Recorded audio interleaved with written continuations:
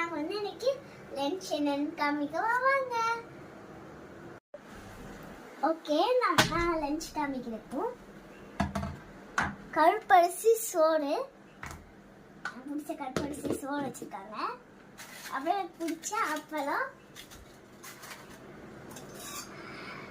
எனக்கு பிடிச்ச egg, healthy egg,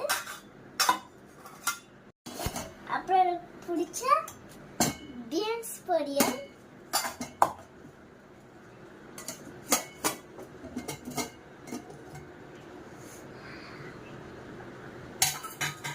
அப்புறம் எனக்கு பிடிச்ச காரக்குழம்பு, அப்புறம் எனக்கு ரொம்ப ரொம்ப பிடிச்ச தயிர்.